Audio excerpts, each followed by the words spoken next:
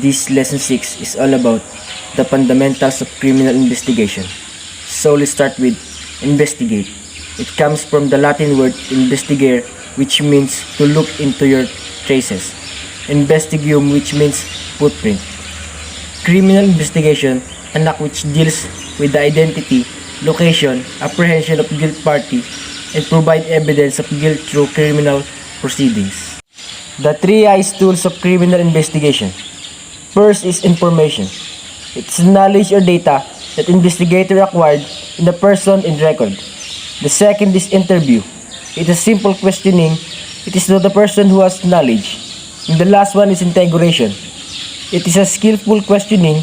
It used to the person who was reluctant, hostile, and unwilling to give information. The format of interview. First is identity. The investigator should give his name, rank, and agency. The second is rapport. It's a build up a positive feeling between the investigator and the subject. And the third is opening statement. Indicate the reason why the subject is being contracted. And the fourth is narration. Allows the subject to give the story. It utilizes an open-ended question not answerable with yes or no. And the fifth is inquiry. Clarification of information. And the last one is conclusion. Give an utmost courtesy. The purpose of interrogation. First is obtain confession, total and direct acknowledgement of guilt. The second is induce him to make an admission, partial and direct acknowledgement of guilt. The third is to learn the facts of the crime. Fourth is to know the identity of the compliance. The fifth is to develop information for the recovery of fruits of the crime. And the last one is to discover the details of the other crime committed by the suspect. Here are the other definition of terms. Corpus delicti, body of crime or fact of a specific loss of injury sustained, not limited to the body of the victim or the can bearer, but it also refers to the facts of the crime. Body of the victims, literal meaning. Modus operandi, method or mode of operation that enables to investigators to recognize the pattern of criminal behavior, to predict approximately the next target of the suspect by means of recorded information concerning the characteristics of criminal activities. Here are the other definition of terms. Corpus delicti, body of crime or fact of a specific loss of injury sustained, not limited to the body of the victim or the can bearer, but it also refers to the facts of the crime. Body of the victims, literal meaning. Modus operandi, method or mode of operation that enables to investigators to recognize the pattern of criminal behavior, to predict approximately the next target of the suspect by means of recorded information concerning the characteristics of criminal activities. Crime scene investigation. Conduct of processes, more particularly the recognition, handling, preservation, and documentation of physical evidence, to include the identification and interview of the witnesses in the arrest of the suspect in the crime scene. Crime scene includes all areas which a criminal, any possible victim, and any eyewitness moved during the time crime was committed. Physical evidence, articles and materials found in connection with the investigation and aid in establishing the identity of the suspect. The last one of definition of terms is chain custody. The number of persons who handle the evidence between the time of commission of the offense until the ultimate disposition of the case, and should be kept in minimum. Introduction to criminalistics. Criminalistics are forensic sciences, is the application of the criminalistics in the field of law enforcement, a subfield in criminology that deals with the study of criminal things. Criminal things, those that are left behind by the criminal perpetrator in the scene of the crime, which have significance in criminal investigation. The criminalistics in criminology. Criminalistics is the study of physical evidence through a laboratory work, while criminology is the study of causes of crimes and or criminal people. Fingerprinting or personal identification. is one of the universally accepted means of personal identification through the study of fingerprints. Fingerprint is the production of pattern or design formed by the ridges on the inside of the joints of the finger. Dactylography. It is a scientific study of fingerprints as means of identification. Dactyloscopy. The practical identification of dactylography, making of identifications by fingerprint comparison and the classification of fingerprints. Here are the fingerprint patterns. First is ulnar loop. It's a type of fingerprint patterns which possess a delta core and one or more of the ridges with the pattern or form a sufficient recurve. Part which crosses or touches a straight line when drawn between the delta and core, then follow or terminate to the same site on its point of origin. The slope or downward flow of the innermost sufficient recurve is towards the little finger or ulnar bone of the other hand of origin. The second is radial loop. It's a type of fingerprint pattern which possesses a delta, core, and one or more of the ridges, with the pattern area or form a sufficient recurve, part of which crosses or touches a straight line withdrawn between the delta and core, then follow out or terminate the same site of its point of origin. The slope or downward flow of the innermost sufficient recurve is towards the thumb or radius bone of the hand of origin. The third is plane arc. This is a pattern in which the ridges enter on one side of the pattern then flow toward on the other side, with the rise at the center and without a delta core or recurving ridges. The fourth is tented arc. This type of pattern, where the majority of the ridges forms as an arc and one or more ridges at the center shape a tent in outline giving an angle 90 degrees or less, or one with upward thrust having an angle of 45 degrees or more, or two patterns similar to a loop but lacking one or two of its essential elements. The fifth is plane roll. This is a pattern consisting of two deltas in which at least one ridges makes a turn through one complete circuit. An imaginary line drawn between the two deltas must touch one complete circuit. An imaginary line drawn, the two deltas must touch or cross at least one of the recurving ridges within a pattern area. The pattern includes a spiral, oval, circular, or any variant of a circle. The sixth is central pocket loop roll. This pattern possesses two deltas with one or more ridges forming a complete circuit which may be oval, spiral, circular, or variant of a circle.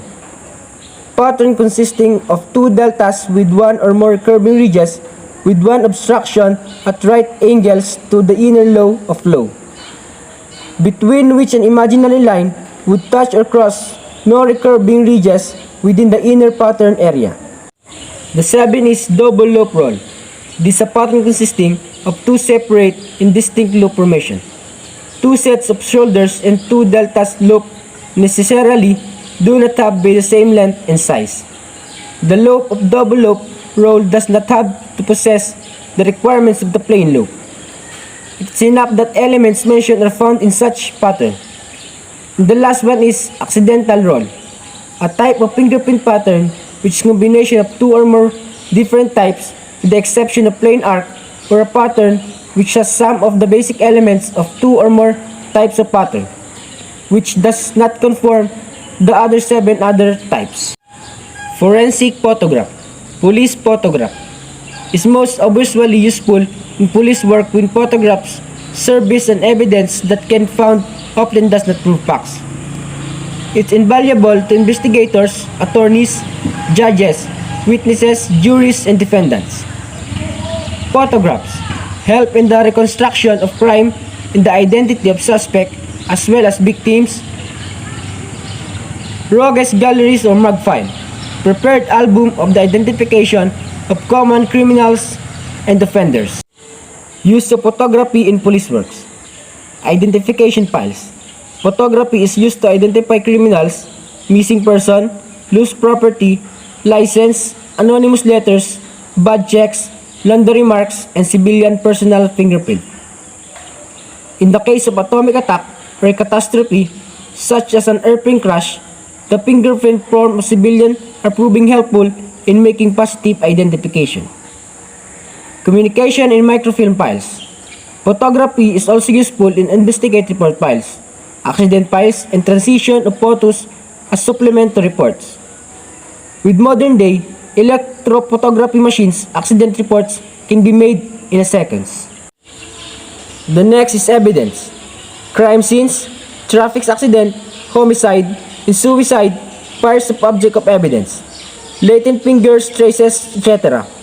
can be presented in courts as evidence by means of large photographic images or pictures, motion pictures, and the like. Offender detection. Photographic instruments can be used to detect offenders through surveillance and other similar activities.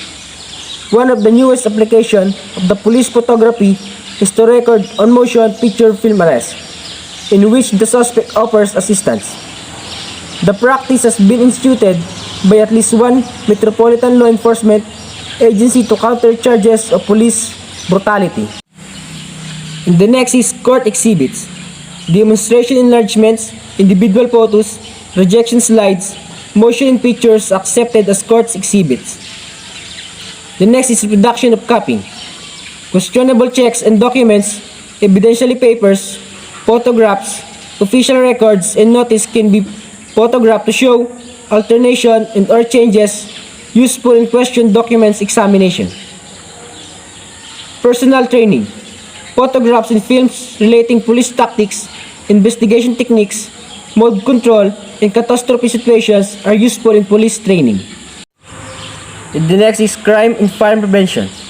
Hazard lectures, security clearance, detector devices, photos of hazardous fire, condition made when fire prevention inspection are made. And the last one is public relations. Films pertaining to safety programs, juvenile delinquency, traffic education, public operation, and civil defense. Police photography the following. In accident investigation.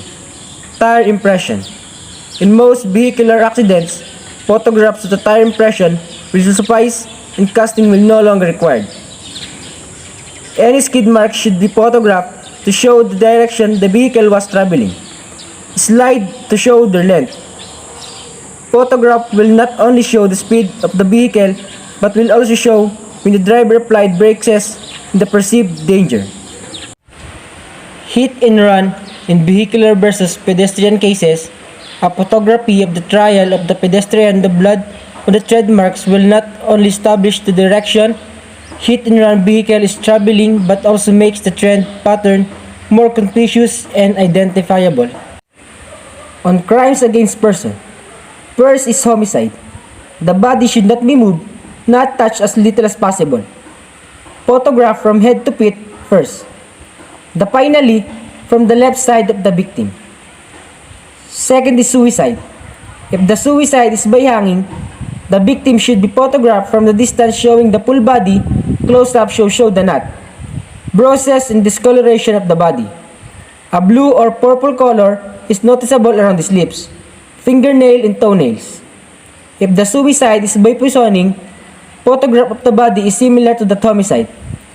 Take photographs and sample of remaining chemicals if any of the container of the poison. If the suicide is by stabbing, the photo investigator takes note and takes a close-up, shot of the wound and weapon position. The third is assault. The victim is alive and usually willing to cooperate with the investigators. The police files of common criminal or the MAG files can help the victim identify as assailant. The fourth is rape. Photography of the victims needs written consent. Photograph all injuries sustained by the victim, clothing photographs, clothes and trace. Evidence such as fibers, foreign hairs, and seminal trains, using macro lens. Then submit to criminalistics laboratory, photomicrography, and chemical analysis. Forensic ballistic. Ballistics is defined as the science and motion of projectiles. Motion refers to the movement or mobility, and projectiles refers to the metallic or non-metallic objects propelled from firearm. It also refers to the science of firearm identification. It's derived from Greek word ballo or balien, which means literally to throw. It was also been derived from the name of early Roman war machine called ballista, a dendritic bow or catapult which was then used to throw missiles or large objects at distance like stones against enemy forces. The branches of ballistics. Interior or internal ballistics is the branch of the science which has something to do with the properties and attributes of the projectile while still inside the gun. Interior or internal ballistics is the branch of the science which has something to do with attributes and movement of the bullet after it has left gun muzzle. Terminal ballistics is the branch of the science that deals with the effect of the impact of the projectile on the target.